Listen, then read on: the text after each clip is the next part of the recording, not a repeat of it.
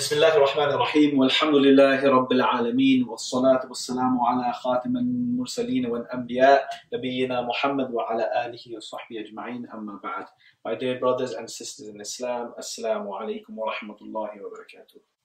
The Prophet ﷺ mentioned in an authentic hadith, he mentioned and he advised a man to take advantage of 5 things before 5 other things. The first is to take, the Prophet ﷺ said, to take advantage of your youth before your old age. Take advantage of your health before your sickness. Take advantage of your richness, your time of wealth before you become poor, and your free time before you become busy, and your life before your death. The first of these was where the Prophet ﷺ mentioned about taking advantage of one's youth before one becomes older.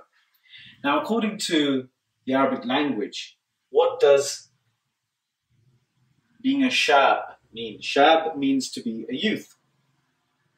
According to the Arabic culture and the Arabic language, which the Prophet ﷺ obviously spoke in the Arabic language, therefore it's important for us to understand what he ﷺ meant, is that this age of youth actually goes all the way up to 40. And after that, a person is considered a sheikh, or a person of they would say maybe an old man, but that's not really an accurate translation. It's someone who has reached the peak of their mental and physical faculties. And after that, those things gradually subside. But up until then, my brothers and sisters, you have plenty of opportunity to really take advantage of your youth, which gives you a lot of energy, gives you a lot of drive, a lot of passion, and also the chance for your mental abilities, how quickly you can think, how quickly you can process information. This is the time in which you will find that these faculties are at their best. And I would really advise you that in order to take advantage of this, what did the Prophet ﷺ mean? Simply, he meant that a person should strive and maximize their efforts for the sake of Allah subhanahu wa ta'ala. And in Islam we know that our purpose of life, as the Quran mentions, is وَمَا خَلَقْتُ الْجِنَّ وَالْإِنسَ إِلَّا لِيَعْبُدُونَ. That is the purpose of our life. That Allah said that He has not created the men and jinn except to worship Him. Now, worship doesn't mean staying in the mosque 24 hours a day, or to fast constantly and to pray the other part and to pray throughout the night. No, what worship means is to actually do and work and live one's life according to the boundaries and the limits set by Allah subhanahu wa ta'ala. And so, my dear brothers and sisters, I advise you first of all that really have a high ambition when it comes to the deen. You are able to achieve whatever you want with the help of Allah subhanahu wa ta'ala. You can, whether it's being active in your Islamic society, whether it is setting up certain activities in your masjid, whether it is improving your knowledge and memorization of the Quran and the hadith of the Prophet sallallahu alaihi wasallam, or whether it is doing da'wah, calling to Allah subhanahu wa ta'ala, then really the opportunities are plentiful. The opportunities are very plentiful, and really, the sky is the limit when it comes to that. Because when we say La hawla wa la quwwata illa billah, that there is no might, no movement except with Allah, then this means if Allah is your supporter, then nobody will be able to take you away and subdue your abilities, if Allah subhanahu wa ta'ala does not will that to be the case. The Prophet ﷺ mentions that Allah subhanahu wa ta'ala is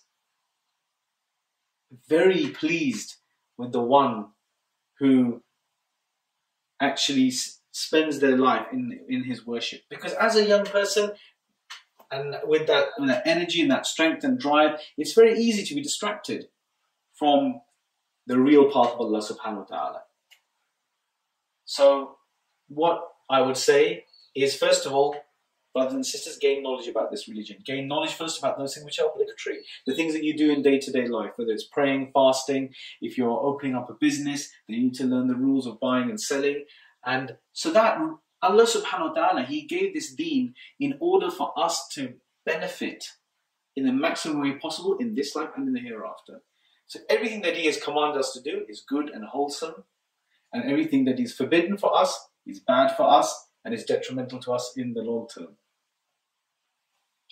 So this is something that you must get involved in. Start seeking knowledge. Secondly, be involved in Islamic activity, whether it's at your local masjid, your university, Islamic society, whether it's in a community center.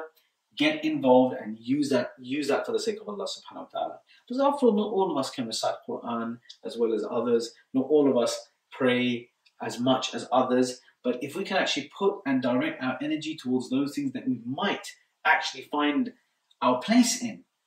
Because every Muslim has their place in this ummah. So it could be that you, brother or sister, have a place in working for Allah subhanahu wa ta'ala in a way that is easy for you. You may have certain talents and ambitions which make it easy for you to utilize that for the sake of Allah subhanahu wa ta'ala. So with that, my dear brothers and sisters, I will end this short message here. And as I said, this time is really a time for you to utilize your energies. In fact, Tariq bin Ziyad, rahimahullah, was in his teens when he conquered Spain. We find that a number of the Sahaba who fought with the Prophet ﷺ, defending Islam and promoting the word of Allah subhanahu wa ta'ala, were also in their teens. So really, brothers and sisters, we really shouldn't wait. We really shouldn't wait until we're older and think that that's the time I'm going to become a practicing Muslim. Because really, now's the time when you've got the energy and the strength, and it will inshallah be easy by the will of Allah subhanahu wa ta'ala. Wa akhiru da'wana and alhamdulillahi rabbil alameen. Assalamu alaikum wa rahmatullahi wa barakatuh.